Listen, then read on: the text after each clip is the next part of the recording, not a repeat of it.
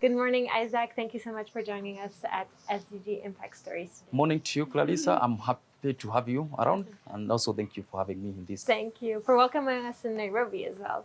Thank you. You're most welcome. So could you please briefly introduce yourself?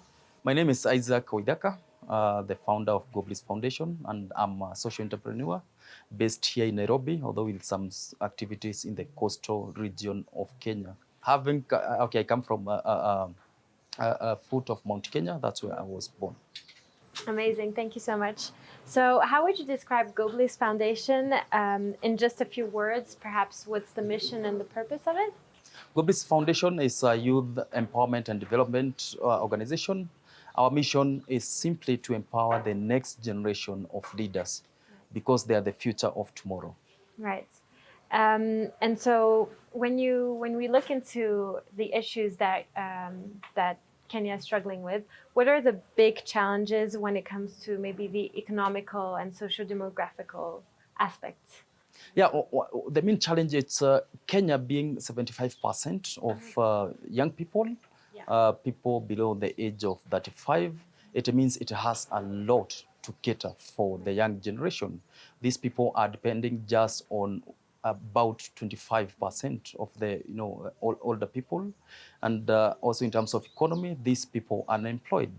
Most of them, because our economy is still growing quite young, and also in terms of education, young people having been educated very well, especially the government having put a program in 2003 to encourage young people to go to school, but all this cannot match with the available job opportunities.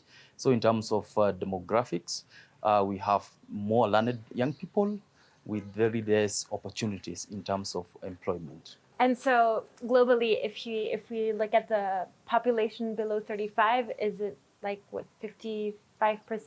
Below 35, that is 75%. In Kenya. In Kenya, And that's globally? 75%. Global, in Africa, that's I know it's also just the same as Kenya, but globally, they don't have clear statistics. Okay. Yes. But it's quite significant, 75%. Yes, absolutely. And the percentage of unemployed young generation? Yeah, in terms of youth, 40% in Kenya, they are unemployed. And also in Africa, it's about 47%. Okay, that's huge. So what is the problem that you are addressing here?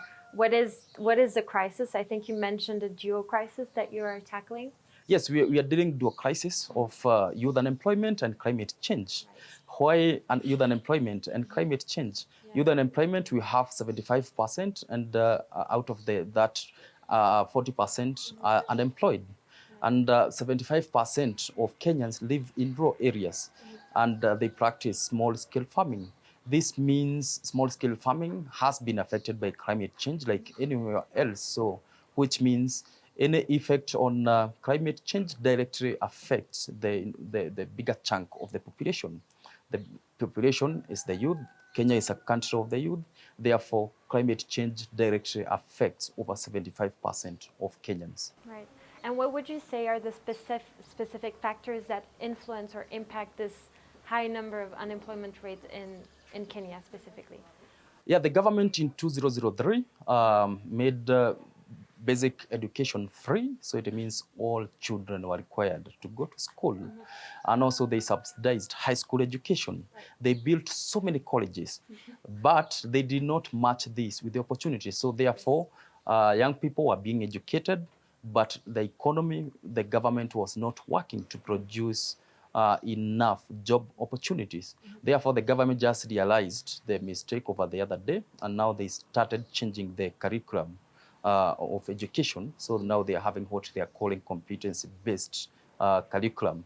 Instead of the curriculum that has been there, is just young people are usually encouraged to study, to be employed instead of becoming innovators. Yeah. So therefore, this has really contributed into the crisis of unemployment. Right, and that's why Goblis Foundation has this dual crisis vision where you don't just solve one issue alone, because you need to support what comes after. Absolutely. Yeah, and also in addition, you find that these young people, since they were are encouraged to study and look for jobs, white-collar jobs, not blue-collar jobs. So, and most of Kenyans live in rural areas. They tend to migrate to urban centers.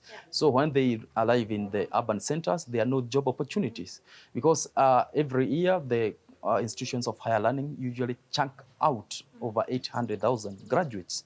And out of this, only about 50,000 get professional jobs. The others join what we call working to work. That is, you wake up in a daily basis to work looking for a job. That's usually for the case for about 5 years. So therefore, this means since they'll have no jobs, then they engage in illicit activities. Like Nairobi has been, especially Nairobi has been known as Nairobari. People call it Nairobari because the youth have engaged in robbing for sustenance. It has also led to proliferation of slums, where you find since they have no income to rent out a good house, they end up in slums where they are able to keep up with life as they continue looking for a job. So could you elaborate also what you mean by white-collar jobs and blue? White-collar jobs are usually office jobs. Right. People are just trained to go into an office. Blue-collar job, they are usually physical jobs where people can be engaged in physical related jobs. And this is where we bring about innovation. So for white-collar job, someone is there because it's just a normal work that has been done for over and over. Just has to execute. Yes, exactly. But for blue-collar jobs, someone has to use their energy in terms of physical. They are able to innovate and so forth and so forth. And so if we go further in the topic of climate change, how is that a factor that impacts the next generation, so the young generation of Kenya? You find that this month, we are supposed to be receiving a lot of rains in Kenya. It's usually our long rainy season. We haven't received any substantial rains. So it means if it continues that way, then we are going to have more temperatures. Sometimes it rains heavily when it is unexpected. And then it means the life will be changed, in terms of also economic activities. And since the youth are the one who are going now to live tomorrow, then it means they'll be directly affected by all these climate challenges and conditions. Exactly. So now if we go a little further in details of Goblis, how are you addressing this challenge? Do you have any frameworks? Where do you focus? You've mentioned the geo crisis. What are the programs that you have to ensure that you have all the pillars that are linked, that you're not, solving a problem, but actually facing another wall? We have pillars to be able to address that. First, it's identification. How do we identify our beneficiaries? We usually partner with what we call community-based organizations. These are small grassroots organizations. And the reason why we partner with them is they are the experts on the ground. We are based here in Nairobi, and also our innovation hub, it's somewhere else. But this means we cannot have enough people to be able to scout for these ideas. And also when we deal and partner with this community-based organization, this means we get the right talent, the right people. We get in touch with the reality on the ground. So with them, we usually organize a one-day training event. And this event is to be able to introduce the concept of social entrepreneurship and the kind of ideas we are looking for. After attendance, then we usually invite all the attendees to make applications online. So that's virtually. After they make applications, then we have a team. Actually, the team that is here usually sort out the ideas, and those who qualify, they are onboarded onto Jikimu Academy. Jikimu Academy, it's an online innovation management system. Here they are incubated for 3 months. After the 3 months, the 4th month is usually business formation, where they are helped to do the registration of the businesses and also to have all the right paperwork. and then they go into the market, in terms of they start selling whatever produce they start, all the activities that they are doing, because we are open, we don't deal just specific areas or industries. And you'll find that out of that, those who will launch, there might be those very creative ideas. They very exceptional. They might become the next unicorn. So we usually invite them again to apply for acceleration. Our acceleration happens at Boman Innovation Hub, which is another pillar. And here they usually go for those who qualify. They go here for a boot camp, for a 1 month boot camp, followed up by a 5-month extension support services. Then also at the registration stage, that's where we usually invite impact investors. But now the funding issue is quite a challenge. We have also put up an online, a virtual peer-to-peer crowdfunding platform where all these entrepreneurs, especially after incubation, they can be able to crowdfund from their friends, family members, and also our large network. And also, to wrap it up, we also have extension support team to ensure that we keep on following up, to ensure we do the impact measurement. We are able to understand our work, and also we are able to understand the challenges that these social entrepreneurs go through, so that we are able to give them the required support. And so these people who attend the incubation, where do they come from? Are they graduates from high school or from university who don't have a job? Are they located inside Nairobi? Are they from rural areas? How do you come across?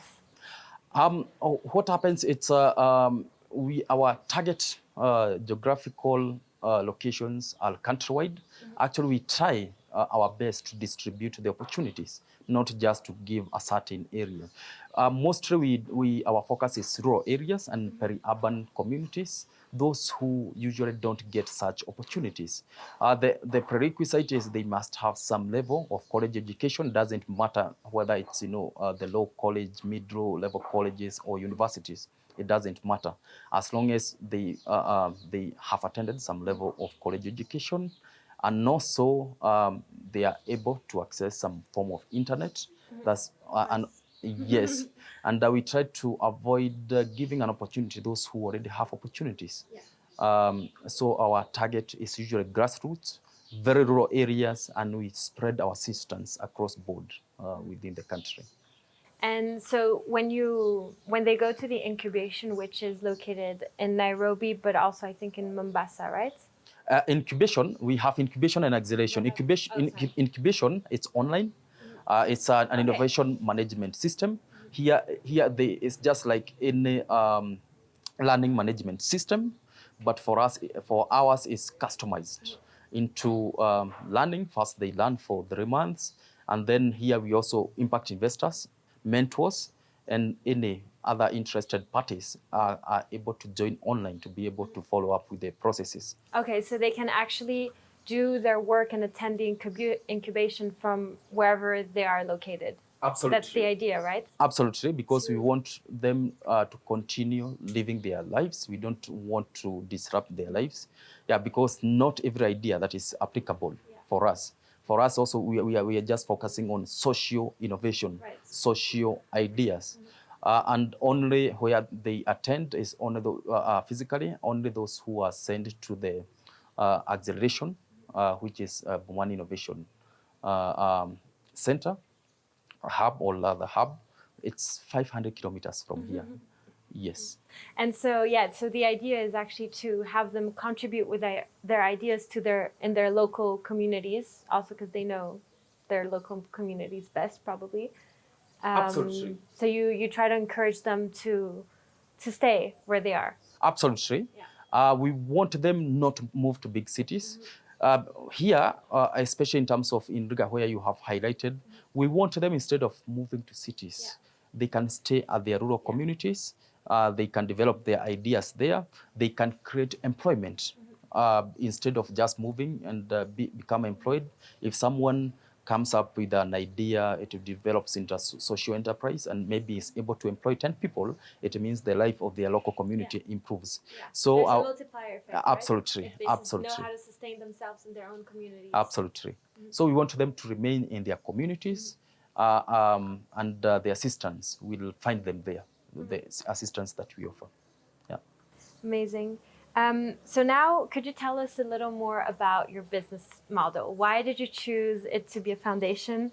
Do you think this is the most appropriate structure? How can this maybe... It's been 4 years already, and you've gone through the pandemic. So how do you see it evolving in the long term? Why the foundation is a very good question. I'm a social entrepreneur. Apart from the foundation here, I'm just a volunteer, although the others, we have employed them. So from since 2018, I've been funding up to around 90% of the cost. So they come from my other social enterprises. And I realized that these young people, to be supported, they need a charitable framework. Because it's supporting them from a company point of view. You know, we have the issues with the taxes. We have the issues if we want to attract supporting partners in terms of, could be donors, could be impact investors who want to make an impact. From that perspective, then they are able to be supported by a foundation rather than any other form of umbrella organization. Neutral incentive. Yeah, absolutely, absolutely. I see. And so, do you think that the Goblis Foundation is going to expand, or how do you see it going in the future? Could you replicate this foundation in another country, maybe? Absolutely. In terms of expansion, we have dreams. Actually, it's growing way faster than we thought. Okay. Because you find those that are getting assistance, they are becoming even more. We are getting more applications, more attendance than we thought, because we wanted to be absorbing about 390 for incubation per year. But this year already we have hit that, and we haven't even hit the, we are just approaching June, not even in the middle of the year. So it means even we are going to give more opportunities. In terms of expansion, replication out of Kenya, we have seen a lot of interest, especially from East Africa and other sub-Saharan African countries. But we intend in 2026 to expand to Tanzania, Uganda, Rwanda, and Burundi. That's within East Africa. Hopefully that after 2030, we are able to expand further. Yes. And what would you do differently if you expand? Would you also have a foundation in those countries? We don't have structures of a social enterprise here or something hybrid. That's why we prefer to do it through a foundation. In case those organizations will have structures, which in Tanzania, Uganda, Rwanda, and Burundi, they don't have structures, then we would go with them in future. And so you've mentioned already a few numbers with the students that you have every year. Yes. In terms of goals, but in terms of impact, how do you measure it, and what have you been able to achieve so far? We have impact measurement team, which we have one staff here at the headquarters and also another one at Bomani Innovation Hub. So we are able to measure, many aspects using various tools. For example, we want to know how many people have been impacted. Those who have children, especially like the families, how do they eat? How the improvement of life? How many children are going to school? How much money they are earning? There are so many tools, and also it depends. I can imagine. It depends with the industry. So and also the kind of impact that they are focused on. So we have a team which is doing that, and actually that team is going to grow to become bigger than we thought, because we found that we need to measure a lot more. Of course. Yeah. That's what the investors are interested in. Yeah, right? absolutely. Absolutely. And so could you maybe give us, let's say, 3 numbers of impact measurement that you think are important in terms of indicators?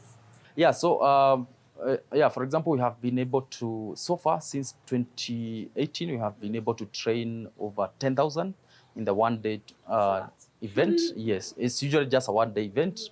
We have been able to support 127 social enterprises, but unfortunately, most of them were affected by COVID. That's in 2020 to 2021. They launched, and then the COVID was there. A lot of business closures, a lot of economic hardships. Also, in terms of incubation, it has grown from what it used to be more physical into a fully fledged online activities. In terms of acceleration, we have been able to accelerate 18 social enterprises by now. But 9 are the most successful. Actually, if we are able to visit, we might visit one today. And also in terms of the children, you find there, the single women whom they maybe got, for example, they got early pregnancies, and then they don't have the same level with others. We usually support their children to go to school so that they can concentrate on growing their social enterprises. So we have supported 96 children. Actually, some even in high school, because the social enterprises were affected by COVID, they could not support them. Actually, it's interesting. Some are going back to school today. They are not far from here. And also in terms of the assistance from other supporting groups. People have become interested, and they are really supporting social enterprises, engaging their programs. For example, we have like an organization like Impact Light. They give psychosocial support to these social enterprises. So far, they have given 27 social enterprises this assistance. And so I'm going to throw you another question right now, just because you are an accelerator of social entrepreneurship. What's your definition of social entrepreneurship? Social entrepreneurship is any business idea that is meant to make an impact on the society and to become sustainable by itself. Yeah, resilience. Yeah.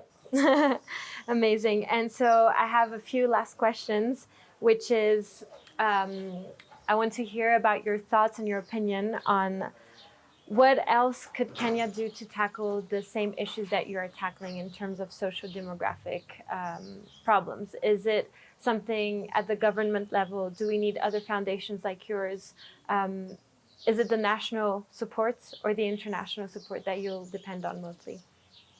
The government, I believe they have a bigger role to play in this, and actually we believe we are able to replicate, and we are much ready to offer them the assistance. They need to set up innovation hubs to be able to curate and nurture ideas, because that's the government's role, to be able to empower her population. The kind of support you find in Kenya, almost everyone is looking for support. To get local support, it becomes quite challenging. So you find mostly more and more are looking, for international support. And for us, we are looking for both local and international support, whichever that comes through. So it's very much welcome. Yes, absolutely, absolutely. Great, good to hear. So do you work with the government in any form? Yes, we have local governments. We work with them. For example, like in Taita Taveta is 300 kilometers from here. We are doing some activities with them. And also in Nyeri, we are doing some activities with them. Nyeri is 200 kilometers from here. And also Turkana County, we have some activities with the county government of Turkana. So our focus mainly is these rural counties. Nairobi, because they have a lot of opportunities, we haven't been able to put a lot of focus. It's only that we have our headquarters here for convenience purposes. And what would you say are the main bottlenecks as to why the government hasn't yet provided enough innovation hubs? Actually, the government hasn't provided any, or we know. Currently, we don't have any unless through colleges, universities. Yeah. And they are very few, and not everyone has that privilege. I think one of the main reasons it's lack of that goodwill to be from the government officials, especially those in the related departments. Yeah, the other could be funding, because you find the government has more pressing issues to channel funds to. The other could be lack of just knowledge on how to be able to tackle the issue of unemployment through innovation. Yeah. Okay, amazing. Thank you so much. So my last question is, how would you describe Goblis in just 3 words? Goblis is the much needed solution to the youth unemployment problem and the climate change crisis. Thank you. Great. It's a great example that you've set. Do you have any last thoughts, advice that you want to share with the audience? It's quite a privilege to work in this field, especially being a social entrepreneur. And I feel that the world should focus her efforts on supporting ideas that are seeking to change the projection of climate crisis, and people should take serious and keen interest in averting the climate change issues. Thank you. Thank you so much, Isaac. Thank you for having me.